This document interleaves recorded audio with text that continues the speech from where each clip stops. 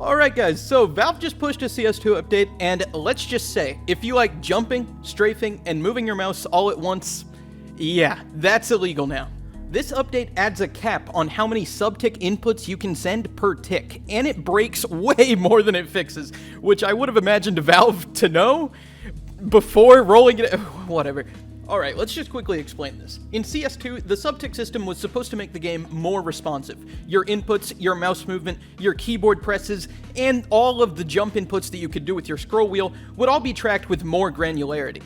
But now, there's a hard limit on how many of those inputs can be processed in a single tick. And if you hit that cap, your extra inputs just disappear. They get completely dropped, not delayed, not buffered, gone.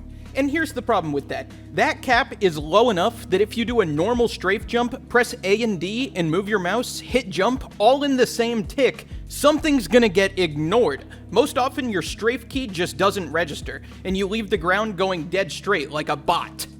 No gain, no control, no fun. I personally ran some tests, and here's a raw input viewer while doing standard movement. Watch how the engine starts dropping inputs as soon as I exceed the cap. And this isn't some obscure edge case, this is basic source movement. Everything from B-hops to jump bugs to clean long jumps is now way less consistent. But just for a second, let me step out of being an angry movement nerd and step into Valve's shoes real quick. Valve probably wants to stop macro abuse, maybe limit spin botters or auto strafers, but this is killing the patient to cure the flu. Subtick was supposed to be the savior of CS2's netcode, but capping inputs this low just completely undercuts the whole thing. Movement was already less expressive in CS2 than it was in CSGO, and now we're losing control at the most basic level. If this is how they're handling subtick inputs, then CS2 movement is in real danger. Unless this gets walked back, we're all gonna feel it. Even if you're horrible at movement and barely play the game for that reason, you can load up the game and feel this in your basic counter strafes.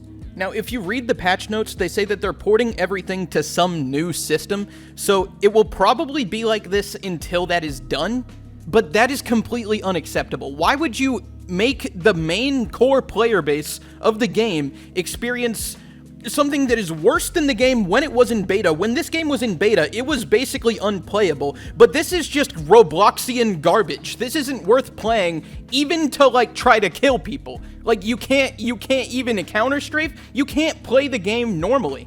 So yeah, I'm seriously hoping whatever new system they're talking about in these patch notes fixes all of these issues, because to be honest with you, I can't be asked to play the game like this. I've been playing the game for 78 weeks straight, not counting before they added this shitty lightning bolt. So, bro, I'm just gonna lose the damn thing because I don't even want to play. I genuinely don't want to play if they're gonna do that. Like, why would they make it? Whatever. You guys understand. You guys understand why this is completely stupid. Like, what are they doing this for? Are they stopping people from doing movement because they don't want people to make their game look awesome?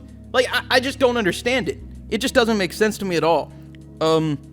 Anyways, guys, crash out over. Config video coming soon if we find one for this update.